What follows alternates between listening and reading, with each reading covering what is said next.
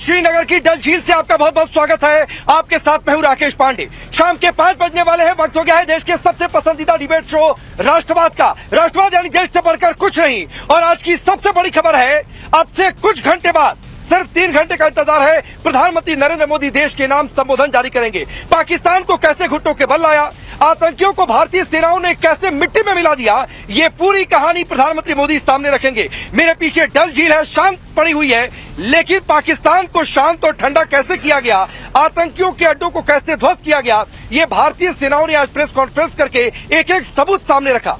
किस तरीके से रहीम यार खान बेस, नूर खान बेस, किस तरीके से उन्हें मिट्टी में मिलाया गया, कैसे तबाह किया गया, ये तस्वीरें देश के सामने, दुनिया के सामने आज भारतीय सेनाओं ने रख दी हैं। तो इंतजार कीजिए, कुछ सबूत हम आपको दिखाएंगे और बाकी रही सही कसर प्रधानमंत्री मोदी पाकिस्तान की रात 8 बजे पूरी करेंगे चर्चा। लेकिन सबसे पहले आप इस रिपोर्ट को देखिए।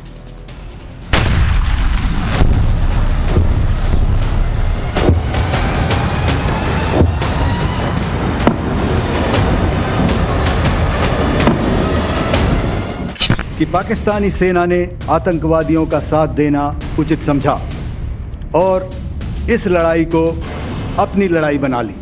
विनय न माने जलधि जड़, भय 3 दिन बीत, बोले राम सकोप तब, भय बिन होए न प्रीत। तो समझदार के लिए इशारा ही काफी।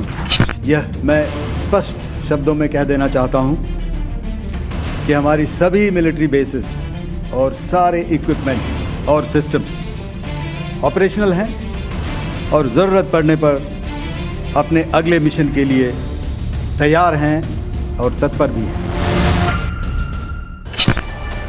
भारत ने ऑपरेशन सिंदूर के जरिए पाकिस्तान को ऐसा दहलाया कि उसकी 7 पुश्तें याद करेंगी। भारतीय सेना लगातार पाकिस्तान में मची तबाही के सबूत दे रही। कैसे पाकिस्तान के एयरबेस से लेकर रडार सिस्टम तबाह किए, वो सब दुनिया के सामने है। आज फिर सेना ने नूर खान एयरबेस और रहीम यार खान एयरबेस की तबाही का वीडियो सामने रखा। आप देख सकते हैं कि कैसे नूर खान एयरबेस मिट्टी में मिल चुका है। भारतीय सेना ने साफ किया कि भारत ने आतंक के खिलाफ लड़ाई लड़ी, लेकिन पाकिस्तान ने आतंकियों की लड़ाई को अपनी लड़ाई बना लिया। हमारी लड़ाई आतंकवाद और आतंकवादियों के खिलाफ थी। इसलिए 7 मई को हमने केवल आतंकवादी ठिकानों पर ही हमला किया था। पर अफसोस इस बात का है कि पाकिस्तानी सेना ने आतंकवादियों का साथ देना उचित समझा और इस लड़ाई को अपनी लड़ाई बना ली। इस परिस्थिति में हमारी जवाबी कार्यवाही अत्यंत आवश्यक थी और इसमें उनका जो भी नुकसान हुआ वे खुद इसके लिए जिम्मेदार हैं। हमारी तरफ से हमारी एयर डिफेंस सिस्टम्स देश के लिए दीवार की तरह खड़ी थी और इसको भेदना दुश्मन के लिए नामुमकिन था। सेना ने साफ साफ बताया कि कैसे पाकिस्तान के हमले को भारत की सेना ने रोका। भारतीय सेना को अंदेशा था, लिहाजा तैयारी पूरी थी और पाकिस्तान की नापाक कोशिशें धरी की धरी रह गई। भारतीय सेना ने पाकिस्तान के सारे ड्रोन मार गिराए। हमें पूरा अंदेशा था कि पाकिस्तान का वार भी बॉर्डर के उस पार से ही होगा। इसलिए हमने अपनी एयर डिफेंस की पूरी तैयारी पहले से ही कर ली थी। हमारी इन्वेंट्री में शामिल counter manned aerial systems, electronic warfare के साधन और एयर डिफेंस वेपन्स का इंडियन एयरफोर्स के इसी प्रकार के सिस्टम्स के साथ एक अनोखा मिश्रण किया गया। इसलिए आपने देखा कि जब जब पाकिस्तान एयरफोर्स ने हमारे एयरफील्ड्स और लॉजिस्टिक इंस्टॉलेशंस में 9 और 10 मई की रात को लगातार हमले किए, वो इस मजबूत एयर डिफेंस ग्रिड के सामने विफल हो गए। भारतीय सेना ने बताया कि पाकिस्तान के सारे ड्रोन मार गिराए गए। जो दुर्दशा कल आपने पाकिस्तान एयरफील्ड्स की देखी और शायद आज भी एयर मार्शल भारती की प्रेजेंटेशन में, हमारी एयरफील्ड्स हर प्रकार से ऑपरेशनल हैं। यही नहीं, पाकिस्तान के ड्रोन्स और वेपनाइज्ड यूएवीज से की गई हमलावर कोशिशें भी इस ग्रिड के कारण नाकाम हुई और जो बचे कुचे ड्रोन्स थे उन्हें हमारे शोल्डर फायर्ड हथियारों से मार गिराया गया। विनय न माने जलधि जड़, भय 3 दिन बीत, बोले राम सकोप तब, भय बिन होए न प्रीत। तो समझदार के लिए इशारा ही काफी। और जहां तक ये टर्किश ड्रोन्स का सवाल है, आपने देखा किस तरह के रैकेज यहाँ पे फोटोग्राफ्स हमने दिखाए हैं, चाहे वो टर्किश ड्रोन्स हो या और कहीं के भी ड्रोन्स हो। हमारे काउंटर यूएस सिस्टम्स, हमारे ट्रेन्ड एयर डिफेंस ऑपरेटर्स पूरी तरह सक्षम हैं और हमारी देश की जो इंडिजिनस कैपेबिलिटी है काउंटर यूएस के लिए, उसने दिखा दिया है कि चाहे किसी भी तरह की टेक्नोलॉजी आ जाए, हम उसको काउंटर करने के लिए तैयार हैं। और मुझे बोलने की ज्यादा जरूरत नहीं है, आपने खुद ही अपनी आंखों से देखा है हमने इनका क्या हश्र किया है। साफ है, ऑपरेशन सिंदूर अब भी जारी है। भारत ने इस ऑपरेशन के जरिए 9 आतंकी कैंप तबाह किए, पाकिस्तान के सैन्य ठिकानों को तबाह किया, पाकिस्तान के घर में घुसकर कार्रवाई की, आतंकवाद को लेकर एक नई लक्ष्मण रेखा खींच दी, पाकिस्तान की कमजोर एयर डिफेंस को बेनकाब किया, साथ ही भारत की मजबूत एयर डिफेंस और तैयारियों का प्रदर्शन किया, बिना युद्ध एस्केलेशन के सटीक वार किया, आतंकवाद पर जीरो टॉलरेंस का संदेश दुनिया को दिया। ऑपरेशन सिंदूर जारी है, भले ही सीज फायर हुआ हो, लेकिन सेना ने साफ साफ संदेश दिया कि भारत की सेना अगले मिशन के लिए पूरी तरह से तैयार है। यह मैं स्पष्ट शब्दों में कह देना चाहता हूं कि हमारी सभी मिलिट्री बेसिस और सारे इक्विपमेंट और सिस्टम्स ऑपरेशनल हैं और जरूरत पड़ने पर अपने अगले मिशन के लिए तैयार हैं और तत्पर भी हैं। सेना ने दुनिया के सामने पूरी तस्वीर रख दी। अब किसी को डाउट नहीं होना चाहिए, भारत का जो टारगेट था उसे हासिल कर लिया है। भारत के एक्शन से ही पाकिस्तान इतना डरा कि सीज फायर पर आ गया। साफ है, अब अगर पाकिस्तान ने कोई गुस्ताखी की तो उसका संपूर्ण विनाश तय है। Bureau report, times now of Bharat. चलिए आपने ये रिपोर्ट देखी। मैं पहले आपका परिचय आज के मेहमानों से करवाता हूं। Retired major general Anuj Mathur ji जुड़े हैं, colonel Shailendra Singh sir, major general SP Sinha sir, commander VK Jaitley sir, आप सभी का बहुत बहुत स्वागत है।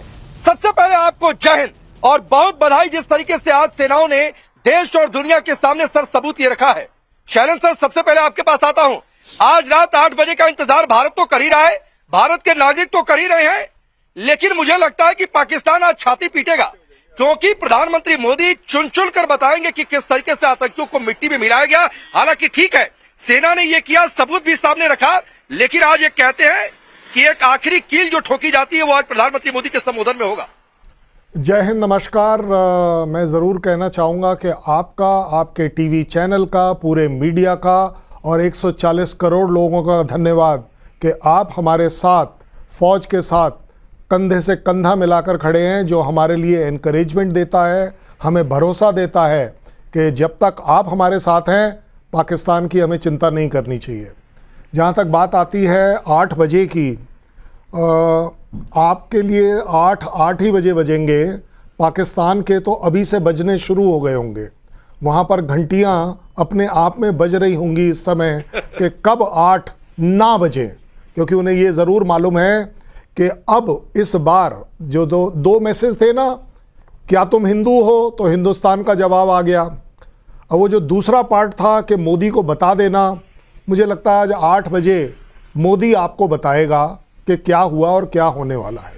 इसका खौफ इस समय पाकिस्तान में सन्नाटे के तौर पर चल रहा होगा, कंफ्यूज होंगे लोग, क्योंकि जिस तरीके से आज 3 DGMO की अगर आप लैंग्वेज देखें, भय बिन होए ना प्रीत, ओ माय गॉड, एक एयर मार्शल बोल रहा है भय बिन होए ना प्रीत। आप सोच लीजिए कि इस समय आर्मी, एयरफोर्स, नेवी किस लेवल पर काम कर रही है, किस एग्रेशन पर काम कर रही है। अपने देश की एग्रेशन को इस समय वो रोज एक तरीके से दर्शा रहे हैं। बहुत बड़ी बात है। बिल्कुल, बहुत बड़ी बात है सर। माथुर सर, कल शिव तांडव स्तोत्र से प्रेस कॉन्फ्रेंस की शुरुआत हुई थी, आज याचना नहीं रण होगा से प्रेस कॉन्फ्रेंस की शुरुआत हुई। सवाल पूछा तो ये कह दिया गया कि विनय न मारे जलधि जड़ गए 3 दिन बीत और भय के बिना प्रीत नहीं होती है। इस बात का यानी भगवान शिव का त्रिनेत्र खुला है और ये आज संबोधन में झलकेगा भी प्रधानमंत्री मोदी के। बिल्कुल बिल्कुल छलका। देखिए, आपको प्रधानमंत्री की मोदी का जो भाषण आज का होने वाला है वो इतना शक्तिशाली होगा कि इनके पाकिस्तान वालों को पता नहीं पड़ेगा कि क्या हो रहा है। देखिए, आपको मैं एक बात बताऊं कि हमारे जो डीजीएमओ, डीजीएओ और डीजीएनओ हैं, इन लोगों ने बिल्कुल क्लियर कर दिया है। एक भी शब्द जो था वो मिंच नहीं था, absolutely crystal clear and loud. और ये जो शब्द उन्होंने बताए हैं कि अब अगर कुछ किया तो आपको सही रास्ता दिखा दिया जाएगा, और आप जितना भी प्रसन्न होना चाहते हैं अपने झूठ के प्रचार से वो होते रहिए, लेकिन आज आप ये देख लेंगे कि वहां क्या होने वाला है। और ये इनको इतनी घबराहट है, देखिए इनसे ज्यादा घबराहट चीन और तुर्की को है। उनका दिया हुआ जो सामान है उस सामान का इन्होंने खिचड़ी बना करके और उसको बाहर फेंक दिया है। तो JF-17 है, आपको शायद ज्ञात होगा, आई एम श्योर, मैं अभी पिछले डिस्कस कर रहे थे कि एक उन्होंने पेड आर्टिकल ब्रिटिश डेली में छपवाया है और जिसमें उन्होंने कहा है कि JF-17 ने ये किया, JF-17 ने वो किया। उसकी वजह मैं बताता हूं। देखिए, उनको घबराहट है कि उनका इक्विपमेंट खराब है, और JF इज जंक फाइटर और junk is the pilot, fighter is the fighter. तो ये मैं आपको बताना चाहता हूं कि जो पाकिस्तान के जो लोग हैं वो जंक हैं। आपका इससे बड़ा उदाहरण नहीं मिल सकता। 7 मई को जो हुआ, 7 मई ऐसी परिस्थिति में दोनों देश थे कि 14-15 दिन से लगातार वहां टेंशन थे। दोनों देशों की सेनाएं पूरी तरह अलर्ट मोड में थी और हाईएस्ट लेवल ऑफ रेडीनेस में वो लोग थे। बावजूद उसके टोटल सरप्राइज एब्सोल्यूट डिसेप्शन, 24 की 24 मिसाइल ठिकाने पर, 9 आतंकवादी अड्डे नष्ट, 100 आतंकवादी खत्म। ये मोदी का प्रण था जो 22 मिनट में हमने खत्म करके उनको दिखा दिया। तो ये आपको बात समझने की है कि ये एक मोदी का प्रण 22 मिनट में भारत की सेनाओं ने करके दे दिया। आज वो जो बोलेगा उसको खत्म करने में कितना टाइम लगेगा और उसका डेवस्टेशन उस देश में कितना होगा, ये बात हमें समझने की है। एक बात और बता दूं कि उस समय, उसके बाद उन्होंने जो प्रयास किया, पता नहीं कितने कहां से वो ला करके वो खिलौने उन्होंने उड़ाए हवा में। 100% कोई दुनिया में इसका उदाहरण नहीं है। कहीं भी कितने भी चला 200 आपका आयरन डोम है या कोई सा भी उसका डिफेंस सिस्टम है, कहीं ना कहीं छेद जरूर होता है उस डिफेंस सिस्टम में। हमने सारे 100% उनके जो फ्लाइंग ऑब्जेक्ट्स आए थे सबको डिस्ट्रॉय किया। ये मैसेज गया है। यही वजह है कि पाकिस्तान आज घुटने पर है। उनके 9 एयरफील्ड नहीं, मैसेज गया है सर। आप जो JF-17 की बातचीत कर रहे थे, पेड आर्टिकल लिखवा ले चीन, लेकिन JF-17 उनका कितना ताकतवर है कि LOC तक पार नहीं कर पाया भारतीय डिफेंस सिस्टम के आगे। तो छोड़ दीजिए, वो दुनिया देख रही है और जो इसको जानने वाले लोग हैं समझ रहे हैं। चीन अपना छाती पीट रहा होगा, पाकिस्तान अपना छाती पीटेगा, लेकिन SP सिन्हा सर वो कहते हैं ना कि कह के मारना, वो भारतीय सेनाओं ने किया। मारा, कहा, फिर मारा, फिर कहा, फिर कहा, फिर मार दिया। और आज तो सबूत दिखाया कि नूर खान, रहीम यार खान बेस किस तरीके से तबाह हुआ। और जो शैलेंद्र सिंह सर ने बिल्कुल ठीक कहा कि आतंकियों ने कहा था कि जाओ मोदी को जाकर बताना, तो हो सकता है कि यह भी मैसेज जाएगा कि देखो बताने का मतलब होता क्या है। देखिए राकेश, ऐसा है कि जनरल मुनीर अपना बैटल अप्रिसिएशन में टोटली गलत हो गए। उन्होंने सोचा कि कभी सोचा नहीं होगा कि इस तरह से रिएक्शन आएगा मोदी जी के द्वारा, कभी सोचा नहीं था सपनों में। मैनेजमेंट में हम लोग को सिखाया जाता है कॉस्ट बेनिफिट एनालिसिस। कोई फैसला लेने से पहले आप तौलते हो क्या खोओगे क्या पाओगे। यदि पाने की मात्रा ज़्यादा होगी तो फैसला उचित है, यदि खोने का मात्रा ज़्यादा है और वो फैसला लेते हो तो आप बेवकूफ़ हो। ये जनरल मुनीर की सोच, उनकी सोच क्या थी? सोच थी कि हम ये आतंकवाद करेंगे, हिंदू मुस्लिम दंगा करवाएंगे हिंदुस्तान में, और वहाँ वॉर का खतरा आएगा, पूरा देश हमारे पीछे खड़ा हो जाएगा, हम या तो एक्सटेंशन लेंगे या कू करेंगे और हम डिक्टेटर बन जाएंगे। ये पूरा गेम था। ये उसने सोचा नहीं था कि Modi ji Indus water treaty कर देंगे, ये कर देंगे, एम्बेसी कैंसिल, एम्बेसी का स्टाफ ख़त्म, कोई ट्रेड नहीं, ये सब एयरपोर्ट बंद, एयर स्पेस बंद। सोचा नहीं था कि इस स्केल पे अटैक आएगा, काउंटर अटैक आएगा। वहीं गलत हो गया। अब चक्कर है कि अपने ओखली में तो सर डाल दिए हो, अब तो तुमको कुचला जाएगा। Be prepared for the consequences. तो ये है खेल। तो एक मैं कहना चाहता हूँ कि जो पुराने ज़माने में एक राजा दूसरे राजा का आकलन करता था कि वो उसका स्ट्रेंथ क्या है, वीकनेस क्या है, जनरल मुनीर टोटली गलत हो गया मोदी जी को तौलने में। और लेकिन ISI शुरू से तौल रखा है मोदी जी को। 2000 से उनको मारने की कोशिश हो रही थी, इशरत जहां को भेजा गया मारने के लिए, लेकिन देवी कृपा है मोदी जी को छू नहीं सकते। फिरोजपुर में पुल पे ही was sitting duck Modi ji, उस समय की पंजाब सरकार was involve in the conspiracy, नहीं हुआ, मोदी जी बच गए। जिसको देवी कृपा हो उसको कोई नहीं छू सकता। तो सारांश में मैं ये कहना चाहता हूं कि इस बार पाकिस्तान ने गलत नंबर डायल किया है और अब तड़पा तड़पा के मारेंगे मोदी जी। जो मजा चूहा को तड़पा तड़पा के मारने में है, वो मजा चूहा को गर्दन काटने एक स्ट्रोक में डालने में नहीं है। मैं तड़प तड़प के देखना चाहता हूं पाकिस्तान को, और वो रहम की भीख मांगे, हम भीख नहीं देंगे और तड़पाएंगे। राकेश, यही मेरी सोच है। नहीं, वो ऑलरेडी तड़प रहा है सर, वो ऑलरेडी तड़प रहा है सर। वो सब आप लोगों जैसे सैनिकों और अधिकारियों की बदौलत वो तड़प रहा है और वो भीख मांग रहा है, और ये मांगता रहेगा। उसकी नियति अब तय हो चुकी है हिंदुस्तान के हाथों। तो जेटली सर, हमने सुना था शहबाज शरीफ रात को 12 बजे पता नहीं क्या खा पी कर आ गए थे, और एक ऑपरेशन पता नहीं किस दुनिया में लॉन्च किया था, क्या क्या बातें कही। तो एक जवाब उस पर भी आएगा और वो बनता भी है, क्योंकि जिस तरीके से प्रोपेगेंडा पाकिस्तान ने किया है, वीडियो गेम दिखा दिया, पता नहीं क्या क्या दिखा दिया, उनके बड़े बड़े पत्रकार पुरानी क्लिप्स उठाकर लेकर आने लगे। तो ये प्रोपेगेंडा वॉर का भी जवाब मिलेगा, और दुनिया पहले ही उसकी सच्चाई देख रही है। और भारतीय सेनाओं ने तो पहले ही कह दिया कि भाई ये पाप का घड़ा भर चुका है। जो प्रेस कॉन्फ्रेंस हुई, सबूत दिखा दिखाकर। देखिए, पाकिस्तान में एक गठबंधन है, मुजाहिदीन, मिलिट्री और मुल्ला। ये तीनों सब एक ही हैं, एक ही थैली के चट्टे बट्टे हैं। इनको विश्व में शांति से कुछ लेना देना नहीं, इनको सिर्फ आतंकवाद से ही लेना देना है।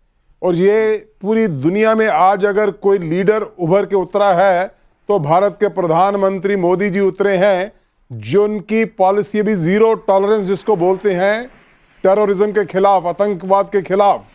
तो पूरी दुनिया में बाकी देश जिस चीज के लिए आंख बंद करके बैठे हुए थे, आज भारत खुल करके उस मैदान में आ चुका है कि आतंकवाद का पूरी तरह से खात्मा करना अति आवश्यक है। अगर विश्व में शांति चाहिए, हार्मनी चाहिए, लोग प्यार से रहें, बिना कास्ट, क्रीड, रिलीजन के अलावा सब मिलजुल करके रहें, तो आतंकवाद को समूल नष्ट करना होगा। ये छोटा मोटा गुड आतंकवाद और बैड आतंकवाद, अच्छा आतंकवाद और बुरा आतंकवाद, ऐसा कुछ नहीं है। आतंकवाद आतंकवाद है, और उसका जो शुरुआत है वो पाकिस्तान से होती है, और पाकिस्तान से पूरी दुनिया में सप्लाई होती है। तो आज अगर पाकिस्तान कटोरा लेकर के दुनिया में घूमना शुरू हो गया, तो ये अपनी पुरानी गलतियों के बेस के ऊपर ही हो रहा है। आज उसके पास ना पैसा है, और अभी पानी भी बंद हो गया उसका, उसकी खेती भी बंद हो जाएगी।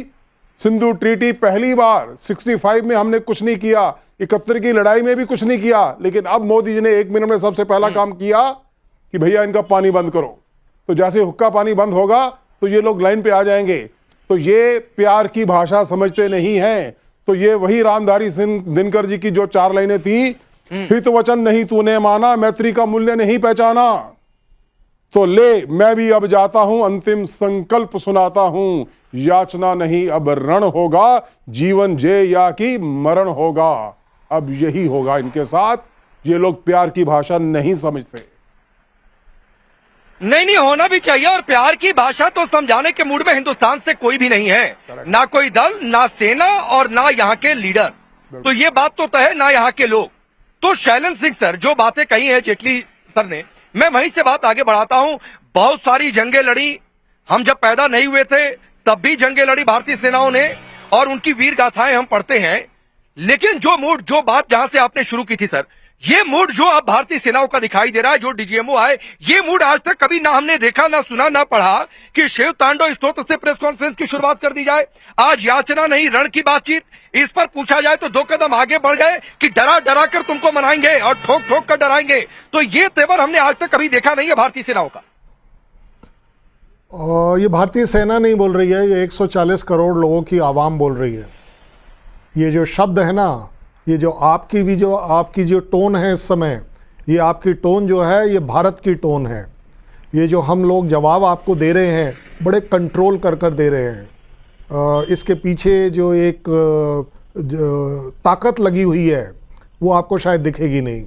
आज शाम को 8 बजे मोदी जी से आप सुन लीजिएगा, आपको वो ताकत ज़रूर दिखाई देगी। ज़्यादा बड़ी बात यह है कि इस समय हम सब एक उस गुस्से में हैं कि पाकिस्तान का इस बार इलाज होना चाहिए और वो इलाज होकर ही रहेगा। मुझे पूरा भरोसा है पाकिस्तान पर, इतना भरोसा है पाकिस्तान पर कि अपने से ज़्यादा है कि ये पूछ सीधी नहीं होगी, ये फिर से अपना काम ज्यों का त्यों करेगी। 2 दिन रोएगा, 4 दिन बाद फिर वही काम करेगा, क्योंकि इसको आदत है थप्पड़ खाने की। इस बार थप्पड़ नहीं लगेगा, इस बार इलाज किया जाएगा, इस बार सर्जिकल स्ट्राइक नहीं करी जाएंगी, सर्जरी करी जाएगी, जो कि इस समय चल रही है। सिंदूर जो है, ऑपरेशन सिंदूर, नहीं, सर्जरी की जाएगी सर, और इसीलिए शायद आज ये भी संदेश दे दिया गया कि हमने एक टारगेट अचीव किया, दूसरे ऑपरेशन के लिए तैयार हैं, सारे मिलिट्री बेस हमारे फंक्शनल हैं, तो किसी गफलत में मत रहना। और देखिए सारे एयरपोर्ट्स भी खोल दिए गए, पता नहीं कितने एयरपोर्ट उड़ाने का दावा कर दिया था, सारे एयरपोर्ट ऑपरेशनल के लिए खोल दिए गए, फ्लाइट्स भी अब बुक होने लगी। तो बहुत सारी बातें हैं। तो ये जो संकेत है कि ready for the next operation, तो ये भी एक मूड को दिखाता है शैलन सर। नहीं, ये तो 100% दिखाता है, क्योंकि देखिए अगेन मैं फिर से बात वही कर रहा हूं, पाकिस्तान को दिखाने के लिए हमारे पास कुछ है ही नहीं। पाकिस्तान अपने आप देखेगा, पाकिस्तान अपने खुद के एयरपोर्ट देख लेना पहले, बचे कितने हैं। ये तो आप वो देखिए ना कि कौन ऊपर से लेके नीचे तक बचा क्या है तुम्हारे पास। आपका हर एयरपोर्ट, आपका हर असेट, आपकी हर चीज हमने सर्च करी है। मोदी जी की लैंग्वेज में आ जाएंगे, अब सर्च करी है, आइडेंटिफाई करे हैं हमने आपको, आपके सारे प्लेन ट्रैक करे हुए हैं हमने, आप डिस्ट्रॉय हो रहे हैं, ये होकर रहेगा। कहां तक भागोगे पाकिस्तान, इस बार आपका इलाज होकर रहेगा, और ये करनी आपकी अपनी है। हमने सर्जरी करने के लिए वो 9 आतंकी कैंप शुरू करे थे, आपने कहीं और ही कहानी चला दी, और वो आपके लिए आज सुसाइडल हो रही है। और जहां तक बात है जो वहां सेलिब्रेशन चल रहे हैं, बंकर में नीचे से बैठकर सेलिब्रेशन का ऑर्डर देना बड़ा आसान है। शहबाज शरीफ एक बार सड़कों पर आइए तो सही, आपको दिखेगा कि आपकी आवाम किस तरीके से आपको भगा कर मारेगी। शरीफ अपने साथ मुनीर को लेकर आइए, जिसके आप बहुत मुरीद हो रखे हैं इस समय, आपको लगता है वही सबको। एक बार सड़क पर तो आइए, देखे तो सही, आपकी आवाम आपको गले लगाती है, फूल पत्तियां उठाती है, या आपका जनाजा उठाती है। ये 3 ही ऑप्शन है आपके पास, चेक करवा लो। नहीं सर, वो कहां से सड़क पर आएंगे सर, कहां से सड़क पर आएंगे। अभी तो ऑपरेशन सिंदूर लॉन्च भी नहीं हुआ था, और शहबाज शरीफ अस्पताल के बहाने बंकर में जाकर छिप गए थे। उनके आर्मी चीफ तो मैं कहता नहीं हूं, मुल्ला मुनीर जो है, उन्होंने अपने परिवार को बाहर भेज दिया था, बिलावल का परिवार बाहर चला गया था, तो सर वो सड़कों पर नहीं आएंगे। उनकी आवाम जानती है, आवाम ने जो धमाके वहां पर भारतीय सेनाओं ने किए हैं, उसके वीडियो बनाकर और हुक्मरानों को गालियां देकर सड़कों पर उन्होंने प्रदर्शन किया है, तो ये हकीकत है। लेकिन माथुर सर, एक बातचीत है, आज भारतीय सेनाओं की जो प्रेस कॉन्फ्रेंस हो रही थी, जो डीजीएमओ बैठे हुए थे, उसमें उन्होंने एक और बड़ी बात कही, और इसका भी संदेश शायद आज रात 8 बजे उसकी झलक देखने को मिले कि हमारी लड़ाई आतंक के खिलाफ थी, हमने टेररिस्ट इंफ्रास्ट्रक्चर को टारगेट किया, हमारी लड़ाई आतंक के आकाओं के खिलाफ थी, लेकिन यह पाकिस्तानी आर्मी थी जिसने इस लड़ाई को अपना बनाने की कोशिश की, और वो बीच में आ गए। बिल्कुल राकेश, बिल्कुल आप सही कह रहे हैं। देखिए पाकिस्तान का ये बिल्कुल, इसको एक शब्द में यही मैं कहना चाहूंगा कि ये बिल्कुल आत्महत्या करी है पाकिस्तान ने, और अभी भी वो संभल नहीं रहे हैं। आपको एक बात मैं साफ बता देना चाहता हूं कि भारतीय सेनाओं ने अपने शक्ति का 1/100 भी प्रदर्शन अभी तक नहीं किया है। बहुत कम हथियार हमने खोले हैं, और उसका आप असर देखिए, क्या व्यापक असर हुआ है। कराची से लेकर रावलपिंडी तक, बीच में किराना हिल क्या है, आप जाके देख लीजिएगा किसको क्या वहां पर उसका असर हुआ है। और आपको ये बता दूं कि ये इंडियन नेवी ने अभी तक ट्रायल भी नहीं किया अपने एमिनेशन सिस्टम का। जिस दिन 4 दिसंबर 1971 को दोहराएंगे भारतीय नेवी वाले, पाकिस्तान को मालूम नहीं पड़ेगा कि वो कहां चला गया। आप देखिए, जब जो नुकसान एक बंदरगाह पे होता है, उस नुकसान की भरपाई करने में सालों लग जाते हैं। ये वो नहीं है कि आपने जमीन में 2 बम गिरा दिए और वहां से उसको हमने ठीक कर लिया। तो अभी तक हमने अपनी जो कॉम्बैट पोटेंशियल है उसका 1% हिस्सा भी नहीं लगाया है। और तब ये हाल है उनका कि उनके पास अब भीख देने वाले कुछ नहीं है। आप याद करें उस लेटर को जो शहबाज शरीफ ने पहले दिन के हमले के बाद निकाला था अपने सारे मित्रों के पास कि हमें बहुत सारा नुकसान हो गया, हमें पैसा दें, हम लोग भूखे, हम लोग मर रहे हैं, हमारे को भारतीय सेना ने दबा दिया। ये एकमात्र सच्चा लेटर वहां से निकला था। उसके बाद सारी लीपापोती है।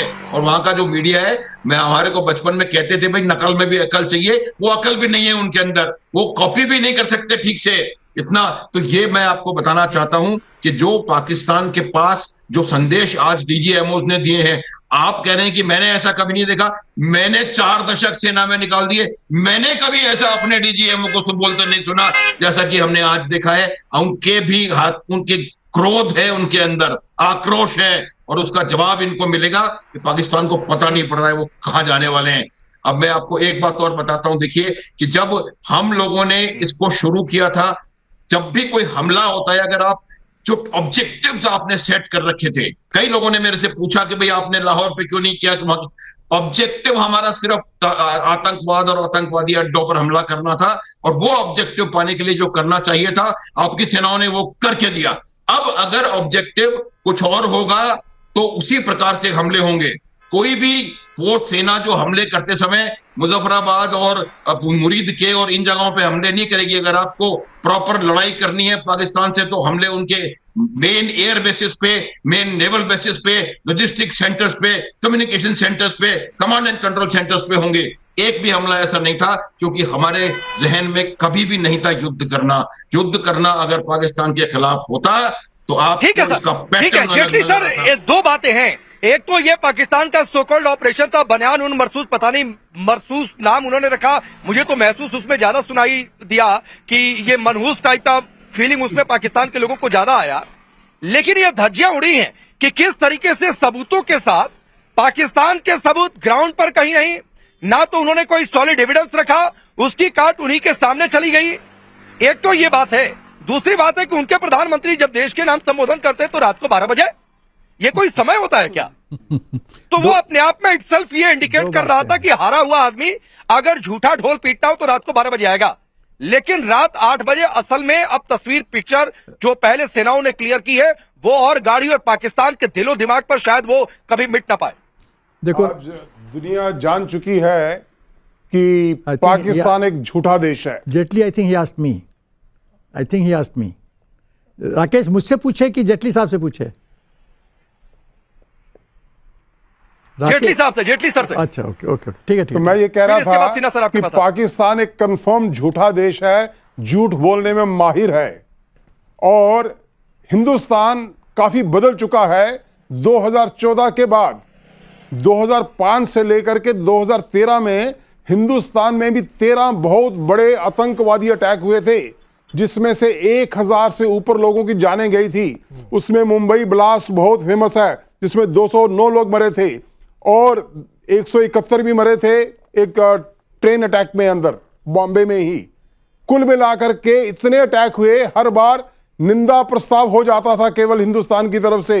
निंदा प्रस्ताव के आगे हम कभी बढ़ते ही नहीं थे, और या फिर दूसरे कंट्रीज के साथ या रशिया के साथ या यूएस को बोलते थे भाई इसको समझाओ। We never went ahead of that. लेकिन अब की बार जब उड़ी हुआ तब उसको हमने सर्जिकल स्ट्राइक किया।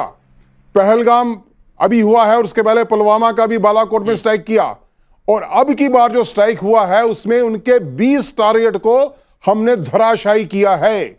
20 टारगेट छोटे नहीं होते, 21 मिलिट्री के हैं और 9 उनके लॉन्चिंग पैड हैं टेररिस्ट के। तो ये कुल मिलाकर के 20 टारगेट को ध्वस्त किया है, और वो रिएक्शन में एक भी नहीं कर पाए।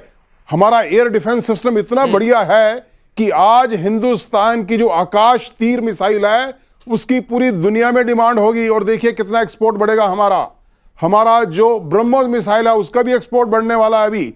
तो हिंदुस्तान का जो डिफेंस, आज तक हम हर चीज इंपोर्ट करते थे, अब हम एक्सपोर्ट करने की दिशा में जा रहे हैं।